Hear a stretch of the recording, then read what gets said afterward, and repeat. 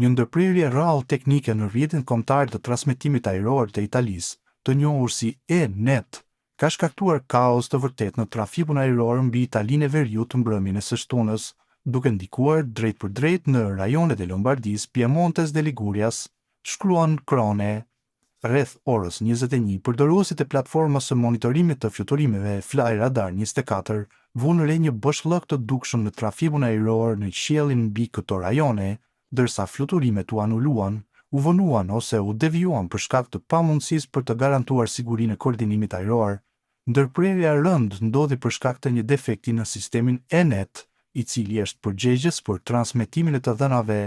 radarike, kushteve meteorologjike dhe mesazheve të kontrollit midis qendrave të kontrollit ajror të Agjencisë Shtetërore Italiane ENAV dhe aeroporteve kryesore të vendit. Ndër aeroportet më të prekura ishin Milano Malpensa, Milano Linate, Torino Caselle, Genova, Orio al Serio, Bergamo.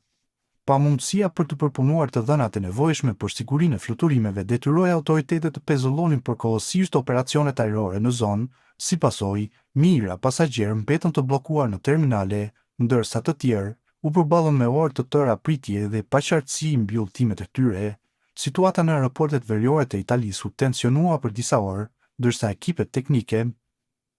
punuan pa ndërprerje për të rikthyer funksionimin normal të sistemit. Autoritetet konfirmuan në orët e para të së dielës se defekti ishte zgjidhur me sukses dhe se trafiku ajror po i rikthehej gradualisht normalitetit. ENAV ka paralajmëruar se do të kryet një hetim i detajuar teknik për të përcaktuar shkakun e saktë të ndërprerjes, si dhe për të shmangur përsëritjen e ngjarjeve të ngjashme në të ardhmen.